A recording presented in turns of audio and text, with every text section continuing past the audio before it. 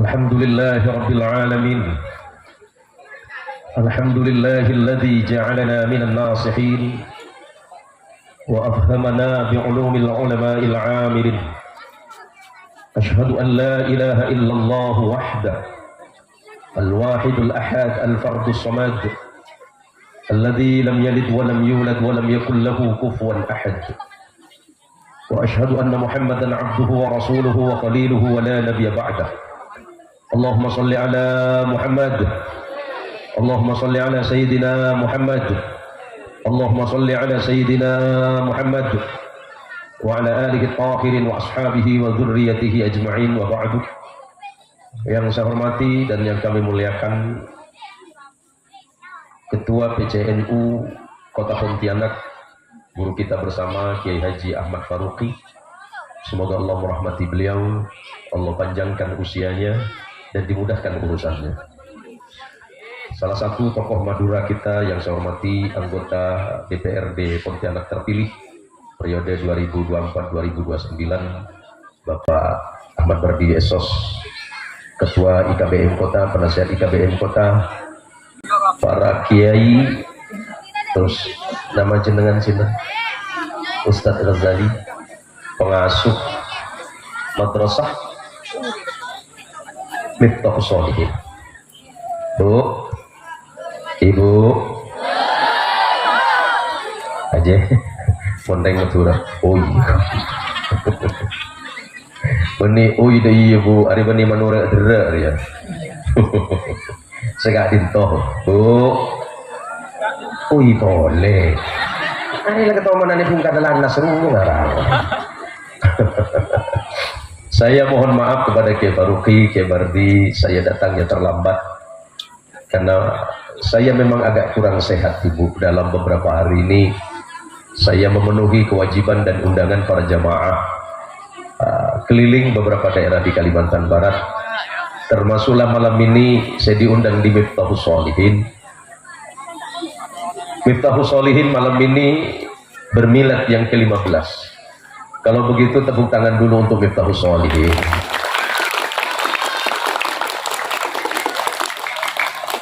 Miftahus Sholihin. Sebelumnya saya mohon maaf, saya ceramah bahasa Indonesia apa bahasa Madura Bu? Hah? Kok tak yang puji nak api pengelote kote kan? Kalau mana kote di neon dari atas ya. Tak campur ya. Saya sering ditanya sama orang, Pak Kiai itu sukunya apa? Saya jawab suku saya 2. Maksudnya itu suku, iya suku. Iya suku, iya suku saya kanan kiri Ibu. Oh itu sokoh. Saya ditanya, oh Kiai ini kan biasanya ceramah bahasa Indonesia, kadang-kala bahasa Jawa, kadang-kadang bahasa Sunda, kadang bahasa Melayu, kadang bahasa Padang, kadang saya bahasa Arab, kadang saya bahasa Inggris, kadang saya bahasa Korea. Tahu bahasa Korea? Saya bisa bahasa Korea. Saya kadang ceramah bahasa Korea. Sarangeo. Rencana. Ampun adalah sopan dari Bu. Kuberi gula siapa terlalu buat ceramah kepada kita yang mau menikah. Miftahus Sholihin malam ini berulang tahun yang ke-15. Kita ditinggalkan oleh guru mulia kita, oleh kiai kita, oleh murabbi kita, muallim dan mudarris kita. Allah yarham Kiai Matsudi rahmatullah alaih, bahwa sesungguhnya beliau punya niat dan cita-cita besar, punya keinginan dan harapan besar agar anak-anak kita ini menjadi orang yang berilmu, menjadi orang-orang yang kenal kepada Allah, menjadi orang-orang yang kenal kepada Rasulullah Muhammadin sallallahu alaihi wasallam. Perjuangan beliau tidak mudah, walaupun beliau belum sempat ketemu dengan saya selama hidupnya, tapi saya dengar beliau adalah salah satu santri Allah yarham Kiai Haji Abdul Syakur atau Kiai Walid Nur Halim yang berada di Sungai Pelai, Sungai Ambawang.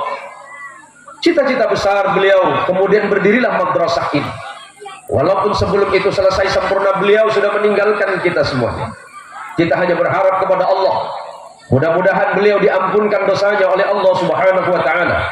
Allah lapangkan kuburnya, Allah terima amal solihnya, dan kelak berkumpul bersama kedua orang tua dan guru-gurunya bersama Sayyiduna Muhammad sallallahu alaihi wasallam di yaumil qiyamah, fi yaumi hasyaratika wan nadamah. Di saat hari itu, di saat hari kiamat, di akhir nanti, insya Allah mudah-mudahan kita semuanya dapat kembali berkumpul bersama guru kita, Kiai Matsudi rahmatullah alaih. Amin. Jangan berkecil hati, jangan bersedih hati, karena saya baru tahu kalau di sini ada madrasah Pak Kiai. Saya baru tahu, Bu, kalau ini ternyata masih kota Pontianak ya, Pak Kiai Ghazali. Ismukum tadi namanya, untuk siapa? Nama jenengan siapa? Haji Ahmad, asli penduduk sini Pak jenengan. Sudah berapa tahun? Dari tahun 97. Saya tidak pernah menyangka malam ini saya bisa bertemu dengan ibu. Saya ceramah kemana-mana itu Pak Dewan. Saya kalau suruh ceramah depan profesor biasa saja, di depan para menteri kecil. Tapi kalau suruh ceramah depan ibu-ibu itu paling menakutkan. Serius. Karena perempuan itu konon adalah makhluk paling membingungkan di atas dunia ini. Halo ibu. Halo. Saya tes dulu sama ibu.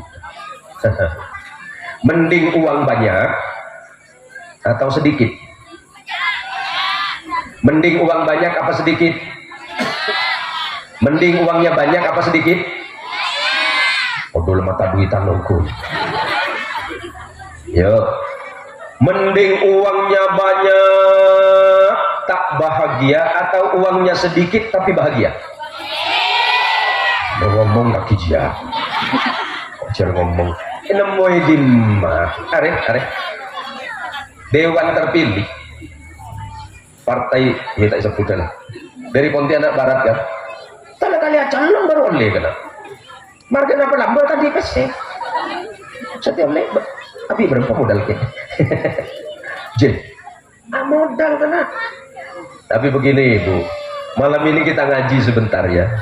Kita ngaji sebentar, nggak lama-lama. Saya ingat ucapannya Imam Ali atau sahabat Ali bin Abi Thalib radhiyallahu anhu. Innal jamala jamalul ilmi wal adab. Keindahan sesungguhnya hidup manusia itu karena dua hal, yakni karena ilmu dan akhlaknya. Ada orang berilmu kadang-kadang lupa kepada akhlak yang baik.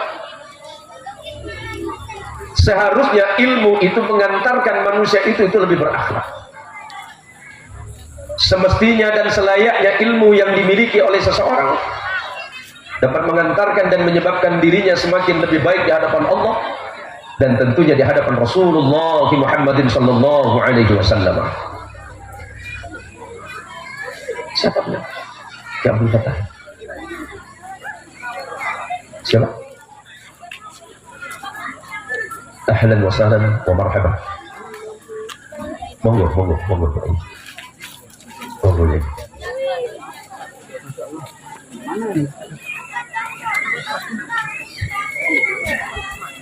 Allah.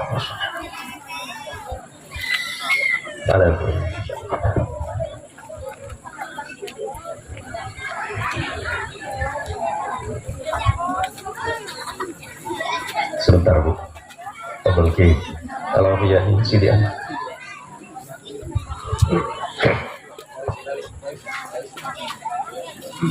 Allahumma salli ala Muhammad. Allahumma salli ala Sayyidina Muhammad.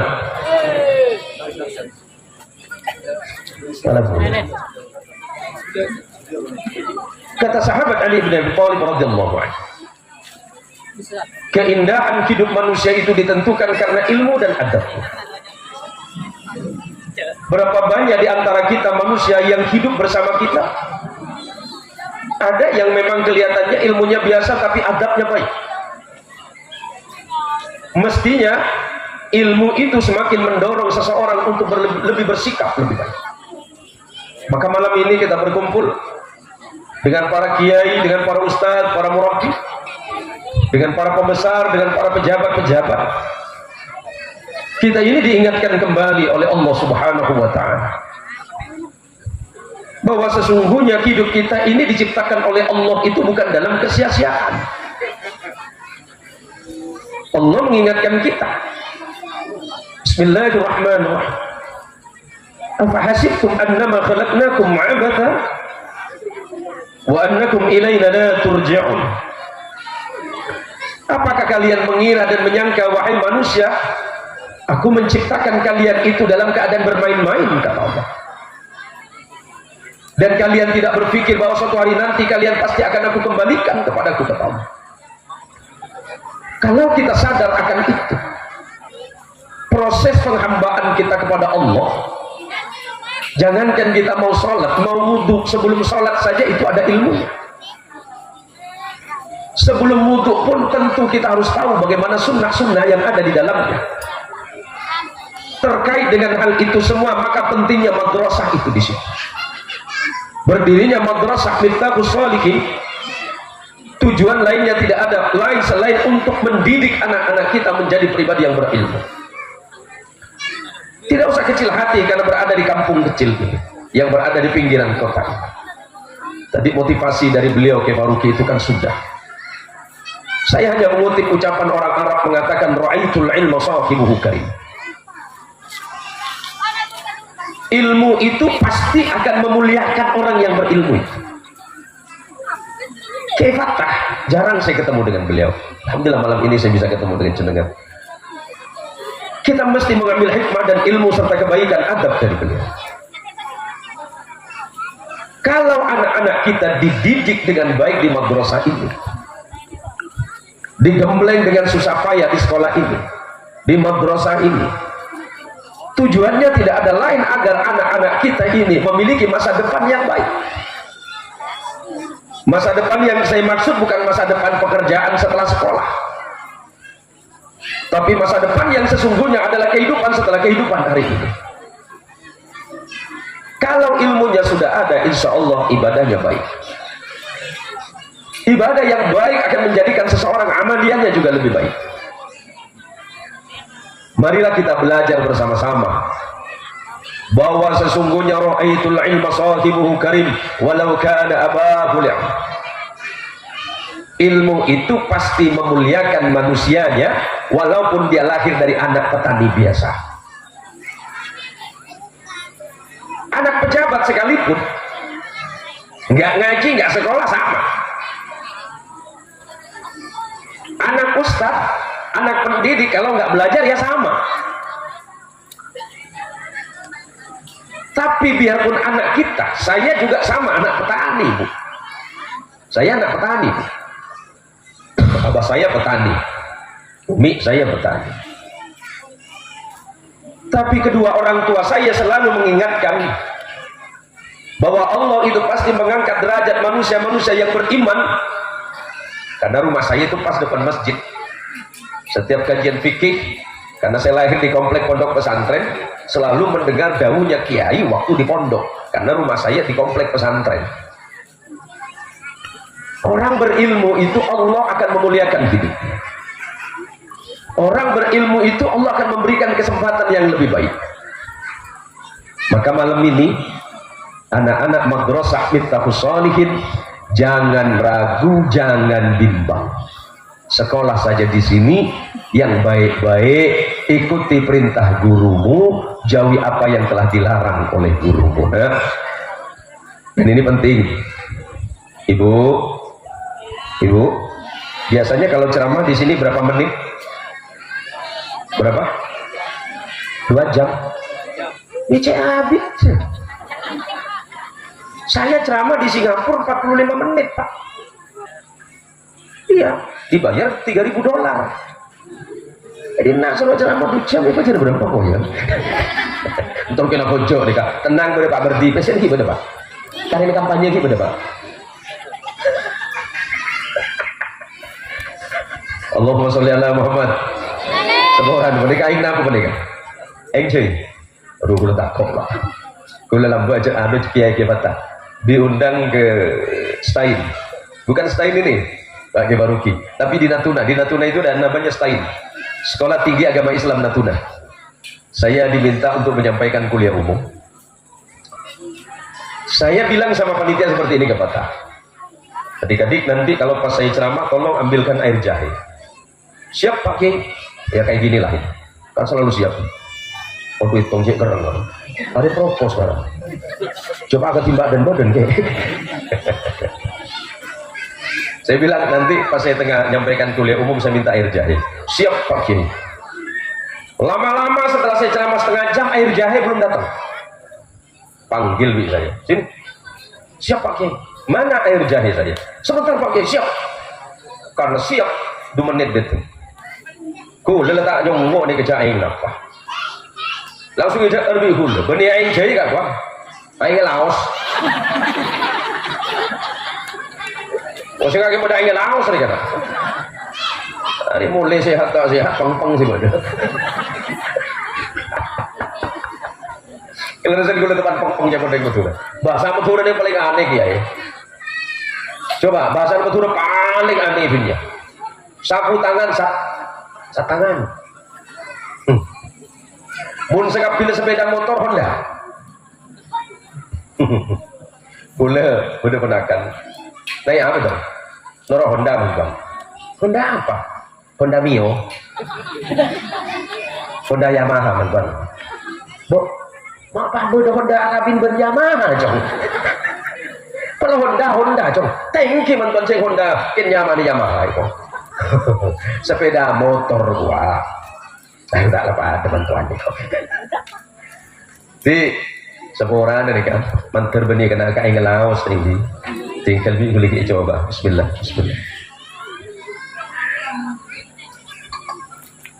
aman ke kena salam pedeng nah oh kena ke Faruqi kalau aja itu mungkin ada itu yang dibagi lagi tak apa-apa lah. Lampedeng itu menyehatkan Bu, walaupun tidak bikin pintar. Apa betul? Allahumma sholli ala Muhammad. Allahumma sholli ala Sayyidina Muhammad. Allah itu kalau menginginkan kita baik, maka kita diberangkatkan kepada tempat yang baik. May yuridillahu bihi khairan yufaqihu fid din. Kepada Rasulullah, pasera orang saya kesenangan sarang Allah yang dimaksud oleh Allah untuk menjadi orang baik, maka orang itu pasti difakihkan di dalam al-agama. Maka mengenai hadis ini Al-Imam Ibnu Hajar Al-Asqalani dalam kitab Syarah Fathul Bari menyebutkan makna fakih pada hadis ini adalah al-fahmu. Orang itu kalau mau dijadikan orang baik oleh Allah, maka Allah jadikan dia dulu orang yang paham agama. Kalau anak kita berangkat dari rumah nawaitunya baik agar menjadi orang baik, insya Allah Allah akan jadikan dia orang yang paham dalam agama. Di sekitar sini ada pondok pesantren, ada pesantrennya Kefaka. Dekat sini Pak Yai. Sebar masal Pak Yai. Sekitar ada 2 kilo Pak Yai. Jalan Otang dia. Nah, tidak usah khawatir. Ada orang takut karena anaknya masuk pesantren dalam hutan. Pesantren di Indonesia itu Bu, ini sejarah pesantren. Pesantren di Indonesia itu sudah berdiri 300 tahun lebih. Pesantren rata-rata itu babat alas. Apa babat alas? Pesantren itu didirikan oleh para kiai itu nebang hutan dulu. Seperti Kiai Fatah. Walaupun saya belum pernah sampai ke pesantren beliau, saya dengar itu dari teman-teman kiai.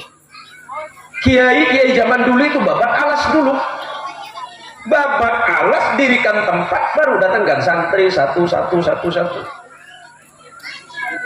Terjadi perbedaan dengan sekolah.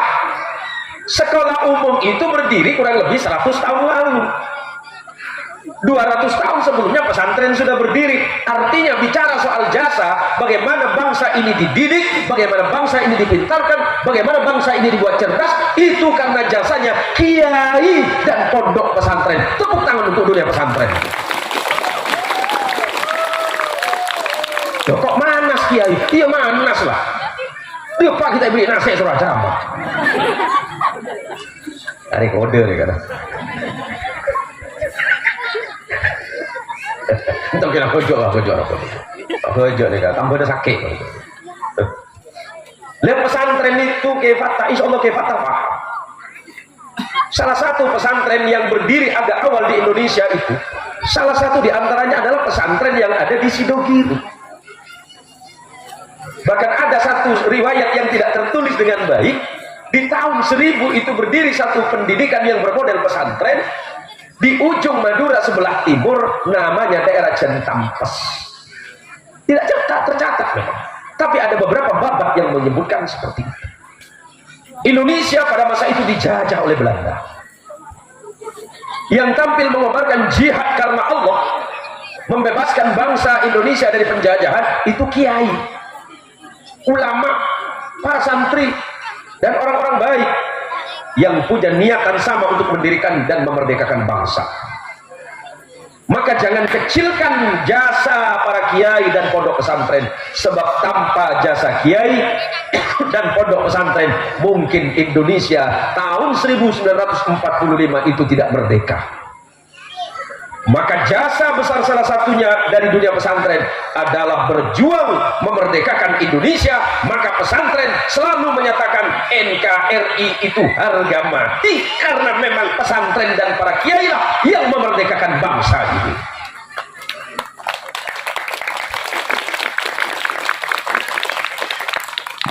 Nah, saya ini sederhana Pak, saya ceramah apa adanya. Ya Pak Berdi, saya bicara apa adanya. Beda kancanya sampai Pak Marjuk, wih asong kantek sih Pak. Kira cokok dan asong kantek, gue paringin gitu. Gue cokok ke Pak Berdi, gue lupa di HP Pak Berdi. Oh laku ibu bengaji lagi air. Laku Pak Berdi. Itu macam cia aja pun lagi. Kamu udah wakil wali kota ya Pak.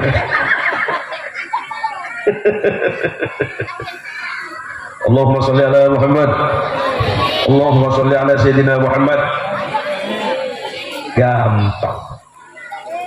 Kita tidak bisa didik anak. Terakhir dia patah. Terakhir dia madrasah gitu pada. Cepat terakhir beri ya Bu. Anu kadin to kiai motor itu cabis tinto. Kenapa Bu? Coba dia patah. Terus motor Anda. Oke. Pas era Abdul kan to kiai. Oh, anang sambian, kotor sambian engki kiai. Siapa kotor beri ya Bu? Sambil congok. Dul. Oh Dul. Berat Dul kan? Dia nyoba dia budak. Dengan kudu sampai namo teh ke kiai. Asalaman ke kiai potok tengin. Belik-belik tangan ke patah. Oh tegar leso. Teh ku bercekak-cekan sekali. Cekak di dewa. Kita tak rokok kiai. Hah? Rokok. Rokok apa kiai? Surya aja. Kesalahan titik kiai. Kiai rokok surya Bu. Jadi mau apa yang seket kan berlebih Bu. Siapa apa yang 15 oleh rokok janda lagi? Kan pada rokok janda. 15 ya bukan? Apa kepelangan kiai Bu? Nyaman sekali reko. Lepas pas Bu, ilmu mereka larang. Benih kiai mereka melarang Bu. Hak nilai ta'ala. Saya bicara apa adanya Pak Bardi. Anak saya itu les bahasa Inggris. Anak saya les bahasa Inggris.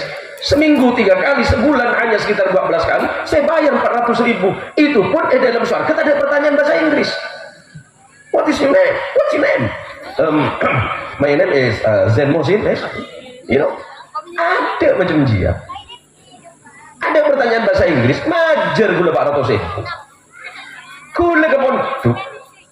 Memasuk anak 300.000 sebulan. Ejar 24 jam. Aku runggung. Curang. Ini tanah ajar tibi Bu. Sekolah aku baru Jawa Barat. Karena aku lari metur Bu. Ring majur apa nih? Kamu nak ceritakan berjabaran lagi. Berjabaran, las jelasan. Mun kulit tak minta tapi mun untuk madrasah ngereng. Neser ustaz. Kenapa ustaz yang ngajari kita? Kenapa? Kenapa orang? Kenapa? Lekoran, gaji. Iya menabi dah emak. Gratis. Ini kaki Nur. Ya. Tun, kiri kaki. Mat. Odin. Sul. Kaki ya. Are. Kok alumi enggak gitu. Mun ke madrasah ya. Ke madrasah ya. Cerai. Paham cerai? Mun tak paham cerai, bakhil. Mun tak paham bakhil, balket. Kleket. Apa boleh? Apa boleh apa? Nah? Cerai. Mau dicerekeng enggak tuan? Boleh tuan? Aduh bahasa apa kayak enggak tuan? Oh cerekeng. Nah, kamu duduk nih kamu. Kamu duduk nih, kamu terus. Itu lentari Ustaz. Ustaz, saya kepala sekolah. Original Pak. Sampai ajar juga. Oke. Saya harus menurut. Muhammad Roki. Tanya Aki, Ustaz. Bila gaya Ustaz, bila gaya jalan. Oke, Abid boleh nyata bu. Tanah Ustaz boleh majar ke Abid. Anak gula ni ke sekolah, nak kembali barokah Ustaz. Cik ada iya lagi mana oleh taki ya. Taki ni cuma lemebu. Mungkin larang lemebu. Iya marah, penjara 10.000 pun larang. Marah bu, hari kita ke swarga bu. Ini bukan pesan dari para ustadz, enggak. Karena yang saya tahu, rata-rata problem seriusnya di madrasah, di pesantren itu. Coba, saya ini insya Allah sama dengan Kiai Fatah, walaupun kita beda pesantren. Kiai Faruqi juga alumni pondok pesantren. Saya itu pindah-pindah pondok pesantren itu kurang lebih 12 tahun. Mungkin kita itu paling penyakit rak-rak benih santren. Oning penyakit rak-rak. Oning. Itu bahasa Indonesianya penyakit tang-ketang gitu. Kalau bahasanya dokter Wahyu itu namanya penyakit tak tahu diri. Cing makin dimakan dengan Pak Ger-ger tuh. Mun santren. Dari santri deh. Mun saya masa santren. Mun le tepan penyakit rak-rak berarti positif santren. Mungkin kita itu tepani benih santri. Cek mau ngaji lambe setoran jam iki. Neng tak neng iki. Boleh. Jadi suatu hari saya datang ke dokter. Saya bilang sama dokter, "Dok, saya pengen diperiksa, Dok." "Sakit apa?" Dokter lebih enggak ada. "Kamu santri ya?" "Iya, Dok." "Kenapa, Dok?" "Oh, tahu saya penyakitnya." Itu pasti penyakitnya santri itu. Posisinya di mana? Posisi yang gatel itu. Kan dokter tahu. Iya, saya mau tahu pastinya di mana. Anu Dok, di posisi strategis Dok. Yang kiri apa yang kanan? Antara Dok. Antara itu. Sudah berapa lama? Udah 3 bulan Dok. Oh itu masih awal itu. Kalau biasanya penyakit ini sembuh 2 tahun. Aduh. Baru mulai 3 bulan, pakai berapa bulan boleh dia. Rupanya di bahasa kedokteran Kak Tuan itu namanya penyakit skabies. Skabies itu. Sengocak oh berarti pernah tahu. Skabies. Kalau datang ke dokter nggak ada obatnya. Hanya menahan sebentar. Nanti 2 tahun sembuh. Titis aroma sambil penyakit paling berarti santri. Seporanya kayak patah. Pada alumni gitu. Alumni tak raka gitu ya. Ini ke santri. Lah kenapa saya bilang begitu? Karena memang pesantren, kecuali pesantren modern ya, madrasah modalnya minim tapi pengen ilmunya yang super. Nemu di mak. Kita harus merasa aneh. Kita senang bayar anak ke sekolah yang hebat. Oh, masukin anak ke sekolah yang ini, sekolah kelas internasional, biar anaknya pintar nanti keluar jadi sarjana ini, kemudian nanti keluar jadi dapat pekerjaan ini. Banyak itu. Saya tidak mengecilkan itu, tapi data terakhir yang saya baca, sarjana di Indonesia dan anak-anak yang keluar dari pendidikan mulai setingkat SMA, SMK sampai ke perguruan tinggi yang nganggur total hampir 10 juta. Lantas apa kaitannya dengan pendidikan di madrasah? Ya, mencari ilmu ini tidak ada lain, tujuan mutlaknya cuma dua, yakni li'izalatil jahli wa limardhatillah.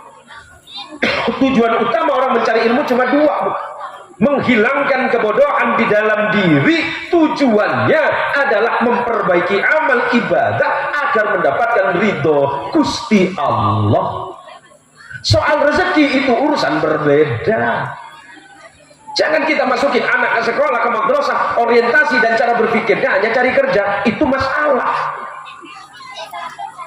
Terlepas nanti Allah memberikan rezeki melalui ilmu yang mereka dapat, itu hal lain. Nah, ini penting bagi kita semuanya, bahwa malam ini kita dikumpulkan oleh Allah di majelis ilmu ini. Mudah-mudahan perkumpulan ini bukan saja di dunia, tapi kelak kita berjumpa di hadapan Allah bersama Rasulullah Muhammadin sallallahu alaihi wasallam, karena kita termasuk salah satu di antara orang yang cinta kepada ilmunya Allah. Saya senang sekali malam ini bisa hadir di antara para kiai, para ustadz, para tokoh, para pendiri-pendiri pesantren, para pendiri lembaga dan madrasah. Mari kita bersama-sama membangun peradaban umat melalui pendidikan madrasah ibtidaiyah. Sanawiyahnya ada? Belum? Sanawiyahnya ada? MTS ya? MTS-nya juga sudah ada. Maka tinggal bagaimana kemudian kita bersama-sama memperbaiki kualitas pendidikannya. Nggak usah rebut-rebutan, karena tiap tahun, setiap bulan Juni, bulan Juli, orang tua ini dibikin pusing, kiai. Cari sekolah yang lepas SD, daftar sekolah sana sini, nggak diterima, masuk sana, masuk sini. Ujung-ujungnya yang kasihan, jadi sasaran terakhirnya pondok pesantren. Seakan-akan pondok pesantren itu tempat buangan. Betul? Hati-hati. Anak saya wajibkan pondok. Soal sekolah itu bab sunnahnya sudah. Ngaji jauh tepat. Masalah bab ta'alim urusan pangeran. Masalah apa yang kita pintar urusan pangeran. Sepenting kaki elang kewajiban. Kewajiban apa? Thalabul ilmi fardhatun ala kulli muslimin wa muslimatin. Begitulah pesan Rasulullah Muhammadin sallallahu alaihi wasallam. Menuntut ilmu itu hukumnya wajib ain. Kewajiban pribadi, bukan kewajiban kelompok masyarakat. Kewajiban setiap masing-masing manusia beriman kepada Allah itu mencari ilmu. Masalah alim dan pintar itu bonus dari Allah. Tidak usah khawatir akan hal ini, ibu bapak, karena malam ini langkong-langkong kula sareng panjenengan pada madhurana, kula sareng sampeyan pada madhura. Satu bahasa, satu tradisi, satu budaya. Saya kemana-mana cuma malam ini aja pakai ini, kayak pakai gamis, karena mau ketemu jenengan ini. Biasanya pakai sarung ibu, tapi di dalamnya pakai sarung bu. Lambek engki gak Tuan Faruqi ku debu ibu saya mantu dengan sarungan penyabes siapa juga Pak Faruqi pengusaha itu, pengusaha kejubelian ya. Sarungan itu ku lambek tak baju kemudian aku kan ngabes kula siapa juga santri juga siapa nyapa saya musim. Oh, siapa mantu dengan sarungan loh, nggak usah bicara sarungnya bu. Ini pagi ini sadar ya. Nggak usah bicara sarungnya. Sarung ini bukan hanya sebuah tradisi, tapi ini sebuah identitas, simbol ini. Lah gampang boleh panas tinggal angkat. Cahlah bu. Allahumma sholli ala Muhammad. Allahumma sholli ala Sayyidina Muhammad. Allahumma sholli wa sallim wa barik ala Sayyidina Muhammad. Ada satu ilmu yang mungkin ibu baru dengar malam ini. Ibu, menurut ilmu kedokteran, menurut psikologi keluarga, anak kita pintar itu 80% karena ibu. Kalau anaknya pintar itu insya Allah karena 80% disumbang oleh ibunya, 20% dari bapak. Maka tidak aneh kalau tadi itu yang juara-juara itu pasti yang bangga ibunya. Anak siapa? Ya tangan nak. Panjuara anak. Karena keseon anak apa? Memang ibu-ibu ini bahaya Pak. Makhluk paling membingungkan. Coba saya tes dulu ibu. Ibu, uang istri uang uang istri uang istri, uang suami uang istri uang istri. Tapi kalau kelembun kan lebih. Kalau saya tidak begitu Kak Tuan Faruqi, saya tidak pernah ngasih belanja ke istri saya nggak ngeluh. Saya nggak pernah ngasih uang ke istri nggak marah. Kok bisa? ATM-nya sama dia semua. Aman. Saya sampai hari ini nggak pegang HP. Kok bisa? Isya makin aku HP kunci bini atau? Lepas itu saya aku HP. Coba, mun ring bini. Cuman mungkin nih Kak Tuan. Kula maklum pada badhuran. Tahu sama lagi betul Kak Tuan. Tak marah lo. Coba lagi gincu, tahu usah kasih apa itu pemanjang bulu mata itu, tahu usah melihat HP Oppo ya. Lepas ada aplikasi dengan HP kan, ku berde panu muni HP kan. Saya tunggu bini ini, mereka kenapa? Karena perempuan itu apa yang diperbuat oleh orang lain dia gampang ingat, tapi apa yang dia lakukan dia gampang lupa. Salah lelaki 20 tahun kayak ini. Pak Berdi lambat menyala 20 tahun. Kayak itu. Salah pula Kak. Kak kita kayak lambat roy. 20 tahun. 20 tahun kayak Bu. Beri PC gila kuih lokain. Tak boleh jana Kak. Gila sih gila kuih di mah. Gila kuih lokain. Padahal sebuah ulama madrasatul ulah. Ibu itu adalah sekolah pertama bagi anak-anaknya. Jadi dari anak mulai dari kandungan, lahir, dididik sampai dia besar, tergantung kepada ibu bagaimana dia mendidiknya dengan baik. Kalau ibu sudah memberikan didikan yang baik kepada anak, insya Allah akan lahir generasi muda Islam yang memiliki ilmu dan ketakwaan, sebagaimana yang disebutkan oleh Imam Syafi'i rahimahullahu taala, hayatul fata wallahi bil ilmi wat tuqa idza lam yakuna la i'tibara li dzatihi. Demi Allah, kehidupan seorang pemuda tergantung kepada dua hal.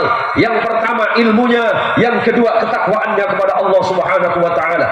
Kalau pemuda hari ini sudah memiliki ilmu, memiliki asas ketakwaan kepada Allah, insya Allah kota Pontianak ke depan akan bisa menjadi lebih baik.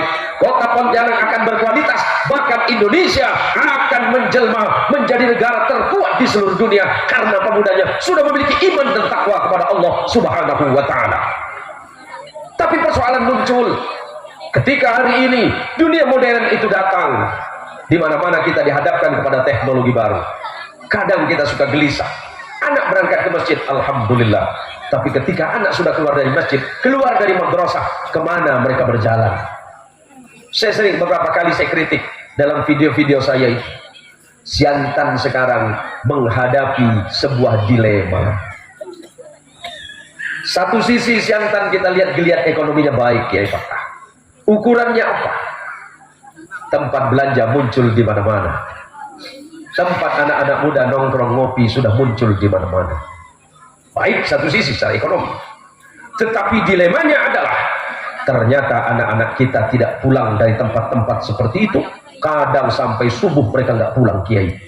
Apa yang mereka kerjakan? Hanya sekedar main-main saja. Sampai lupa sholat. Mulai dari maghrib, isya, bahkan subuh mereka ketinggalan. Apakah orang tuanya gelisah? Saya lihat enggak, biasa-biasa saja. Apakah orang tuanya merasa kalut dan takut? Enggak. Dan itu dianggapnya biasa. Ingat, hari ini kita masih sehat sebagai orang tua. 10 tahun ke depan kita sudah tidak mampu, tidak berdaya. Bagaimana mungkin kita meninggalkan generasi yang mulai hari ini sudah kita lihat mereka sudah tidak lagi mencintai ilmu ini. Mereka sudah tidak lagi bergelut dengan kitab. Mereka sudah lupa dengan Quran. Mereka sudah lupa dengan ajaran Rasulullah SAW. Mereka sudah lupa bagaimana mereka beradab dan berakhlak. bagaimana 10 tahun ke depan kita tidak bisa memastikan apakah kota Siantan ini baik-baik saja. Kenapa saya bilang seperti itu? Rumah saya dekat di situ. Rumah saya di Jalan 28 Oktober. Saya sering keliling Indonesia dan beberapa negara. Saya sering membandingkan kondisi itu. Saya sedih ketika kita akan memberikan solusi, kita seakan-akan menawarkan sebuah angan-angan. Padahal maksud saya, yuk kita bersama-sama jaga anak-anak kita. Cara yang paling efektif, kirimkan ke pondok pesantren, kirimkan ke majelis ilmu, baik madrasah ataupun lembaga-lembaga pengetahuan Islam. Terlepas anaknya nanti pengen jadi apapun, monggo. Tetapi fondasi dasarnya adalah iman dan takwanya kepada Allah Subhanahu wa Ta'ala. Maka insya Allah ke depan semuanya akan lebih baik. Bangsa ini adalah bangsa besar. Bangsa Indonesia ini didirikan oleh orang-orang salih. Bangsa dan negara ini didirikan oleh orang-orang yang punya tujuan luar biasa. Mari kita jaga kemerdekaan ini, kita jaga bangsa dan negara ini sebaik-baik mungkin. Para ibu dan bapak, karena madrasah ini sudah 15 tahun didirikan, insya Allah kontribusinya sudah banyak. Pesan saya kepada para santri, khususnya alumni santri, jangan pernah kalian menganggap kalian sudah terlepas dari madrasah ini. Termasuklah para alumni santri. Kesantrian kalian bukan cuma di pondok, tapi sampai mati pun kita ini masih santri. Dunia akhirat kita ini masih santri. Dunia akhirat kita masih murid. Jangan 2 hari yang lalu kalian masih murid di MTS, selepas dari MTS ketemu dengan guru kehilangan adab. Tetaplah kalian memiliki akhlak yang baik. Nah, seorang ulama besar, sebelum saya tutup ceramah ini, seorang ulama besar yang bernama Imam Ahmad bin Hanbal, yang dikenal dengan Imam Hanbali. Imam Hanbali ini salah satu penghafal hadis terbaik, kurang lebih 1 juta hadis. Imam Hanbali menghafalkan hadis lengkap dengan hukum sanad dan matannya, yang kemudian dibukukan di dalam satu kitab namanya Musnad Ibnu Hanbal. Kurang lebih ada 27.000 hadis yang beliau rangkum di dalam kitab musnadnya. Ternyata beliau itu memiliki seorang guru yang luar biasa yang dikenal dengan Imam Muhammad bin Idris Asy-Syafi'i, yang kita kenal dengan Imam Syafi'i. Apa yang menjadi luar biasa dari Imam Hanbali? Sealim-alimnya Imam Hanbali, ternyata beliau masih tetap mengingat sang guru. Dalam sebuah kitab manaqib yang ditulis oleh Imam Baihaqi, beliau menceritakan Imam Ahmad bin Hanbal 40 tahun lamanya berdoa kepada Allah selepas sholat, mendoakan dirinya, orang tua dan gurunya. Apa kata beliau? Wa'adu'allaha fi salati mundu 40 sanah wa aqulu rabbighfirli wa liwalidayya wa li Muhammad bin Idris Asy-Syafi'i. Imam Hanbali menceritakan, kurang lebih 40 tahun lamanya selepas sholat, aku mendoakan guruku dan aku berkata, Rabbighfirli, ampuni dosaku, wali walidayya, ampuni kedua orang tuaku, wali Muhammad bin Idris Asy-Syafi'i, dan ampunkan guruku yang bernama Imam Muhammad bin Idris Asy-Syafi'i. Itulah ketinggian akhlak, itulah ketinggian adab yang diajarkan oleh Imam Ahmad bin Hanbal rahimahullahu ta'ala. Kenapa kita mesti memiliki guru yang memiliki kaitan langsung, yang bersandar kepada Rasulullah SAW, yang sering di dunia pesantren disebut dengan sanad. Contoh sederhana, Ki Abdul Fattah dulu di mana? Ki Lirboyo, lupa. Beliau di Sidogiri, berguru kepada gurunya sampai nanti kepada Syekh Sulaiman, pendiri Sidogiri. Nanti nyambung, nanti ketemu di mana? Ketemu di Imam Syafi'i. Imam Syafi'i berguru kepada gurunya yang bernama Imam Malik bin Anas. Imam Malik bin Anas berguru kepada gurunya salah satu yang bernama Imam Nafi. Imam Nafi berguru kepada gurunya yang bernama Abdullah bin Umar radhiyallahu anhu, yang dikenal dengan Ibnu Umar. Dan Ibnu Umar tentu berguru langsung kepada Rasulullah Muhammad sallallahu alaihi wasallam. Artinya garis ilmu dan keguruan tidak terputus hingga kepada Nabi. Kiai Faruqi juga sama. Ki Faruqi berguru kepada Allah yarham Ki Khairuman Ar-Rahbini. Ki Khairuman Ar-Rahbini berguru tentu kepada ayahandanya Syekh Ali ya. Syekh Ali Ar-Rahbini nanti langsung juga kepada Rasulullah. Pak Bardi berguru kepada Ki Siraji. Ki Siraji berguru kepada Ki As'ad Samsul Arifin. Ki As'ad Samsul Arifin berguru kepada Syekh Khalil bin Abdul Latif Al-Bangkalani, sampai nanti kepada guru-gurunya bertemu di Rasulullah Muhammad sallallahu alaihi wasallam. Itu namanya sanad keguruanmu. Kenapa saya jelaskan? Biar enggak salah nyari guru. Nah, sebagai penutup, apa ucapan dari Imam Ibnul Mubarak rahimahullahu ta'ala tentang pentingnya anak-anak kita ngaji kepada ustadz, kepada kiai yang punya sanad.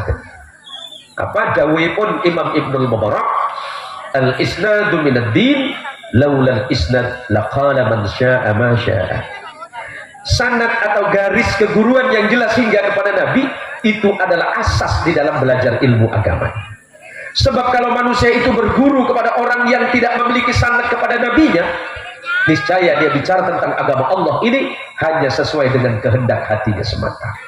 Maka ini perlu untuk menjaga bagaimana kemurnian ilmu itu didapat oleh anak-anak kita semuanya. Dan tentu keterlibatan orang tua di dalamnya itu juga penting. Sehingga mun anak mangkat sekolah, mun bisa terakhir kan sekitar sini ya. Murid-murid, ibu sebaiknya ngantar. Kalau ibu bisa, ibu. Kalau nggak bisa, ayahnya. Kenapa ibu?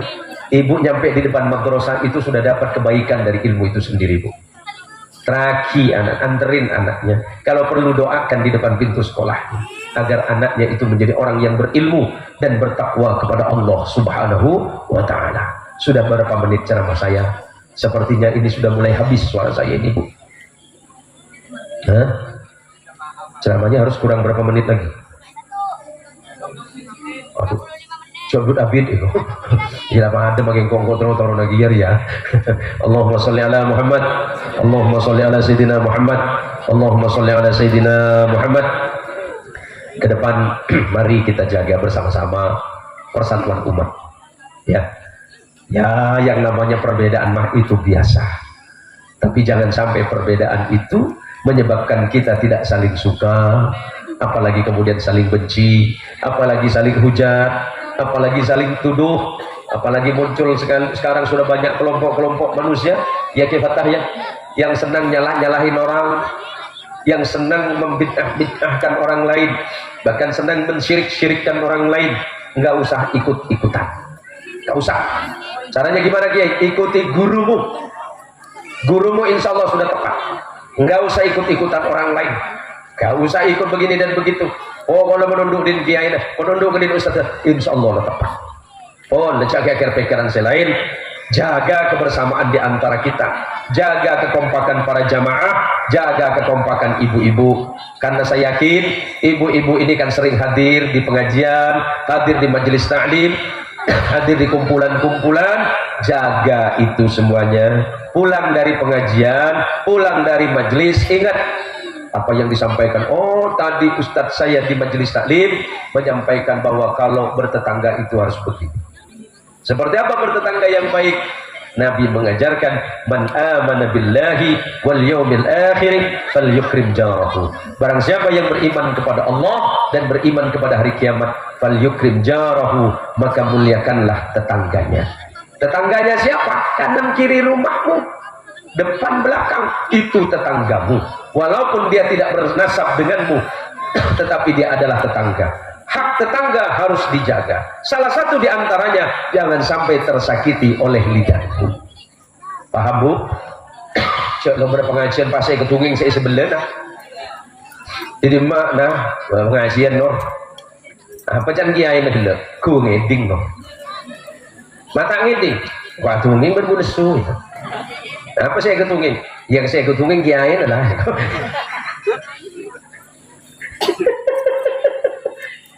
jangan kau tak berarti konsentrasi kiai ayo. Gua aja kau ngerti. Apa kau ngerti? Anyar nah. Jangan pada kredit dan jual kau. Mak tahu isa benar kau semeleh kau. Aja kredit pasti jual. Jangan tiap. Lagi pan pada tetangga na mele kelampi anyar pakai tabu. aduh kelampiannya gak kelampi biasa kira larang tangan diri ya lah pan tetangga beli TV second in sampai sebidang in kayak cetak tetangga beli sepeda motor langsung kaenga tetangga depan beli mobil langsung selap pun kayak aku kayak pangeran ya Allah kentro mobil boleh ya Allah saya sampai sakit menikah itu Allah baik pengirim ambulan ke sambian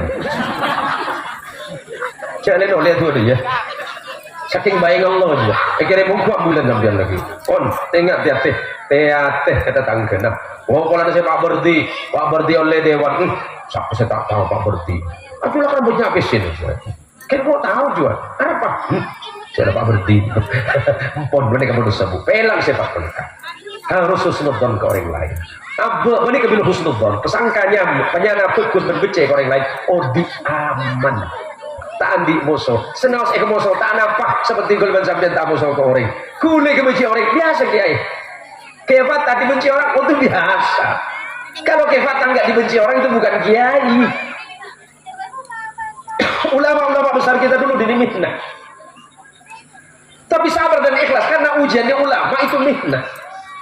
Apa itu mihnah? Kalau hari ini persekusi. Apa saling persekusi? Persekusi apa namanya? Dibully biasa. Gak apa-apa kiai, gak apa-apa.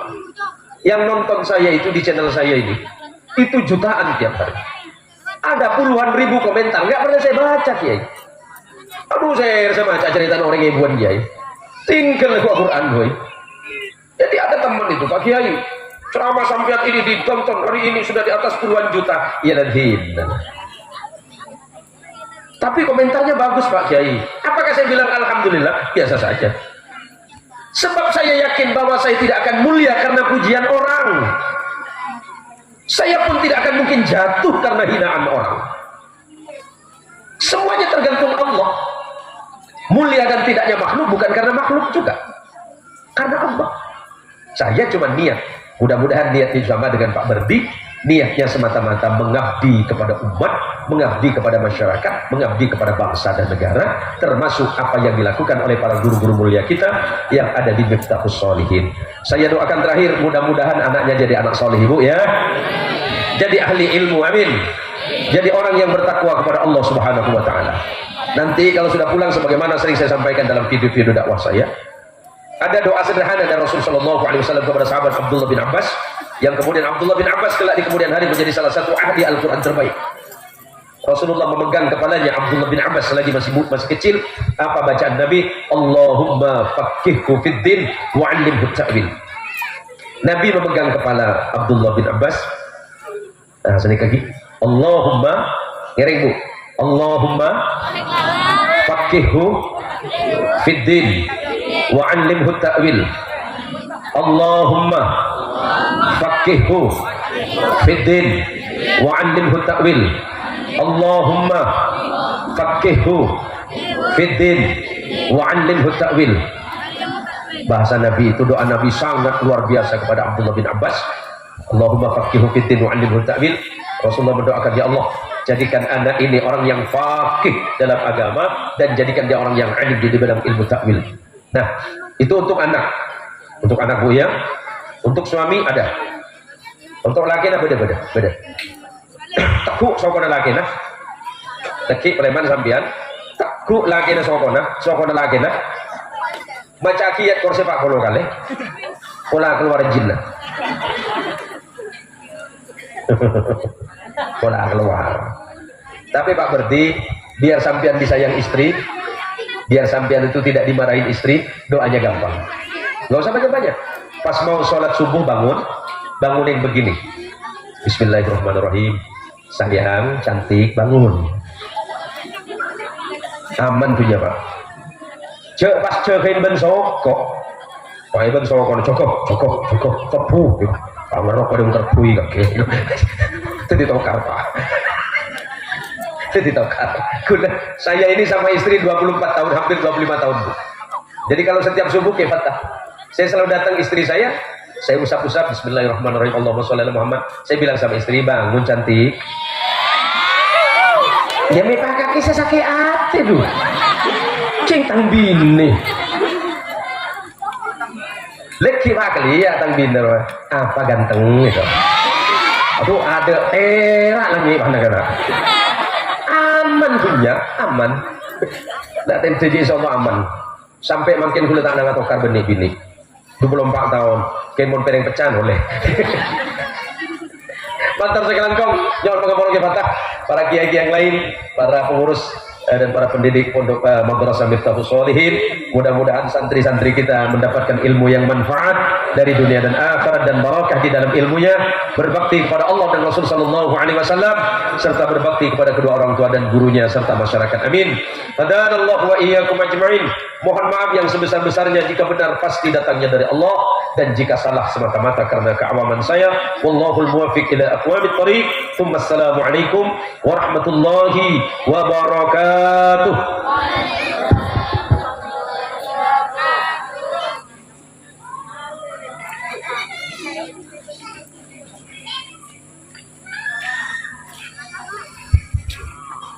Terima kasih telah kami sampaikan. Itulah tadi ceramah agama yang disampaikan oleh Kiai Haji Muksin Zain Muksin LC. Mudah-mudahan ilmu yang diberikan beliau ilmu yang berkah dan bermanfaat bagi kita semua. Amin ya rabbal alamin. Untuk ajaran yang selanjutnya yaitu tahlil sekaligus doa untuk mengenang jasa-jasa al-maghfirlah Kiai Matsudi SPDI, yang mana hal ini akan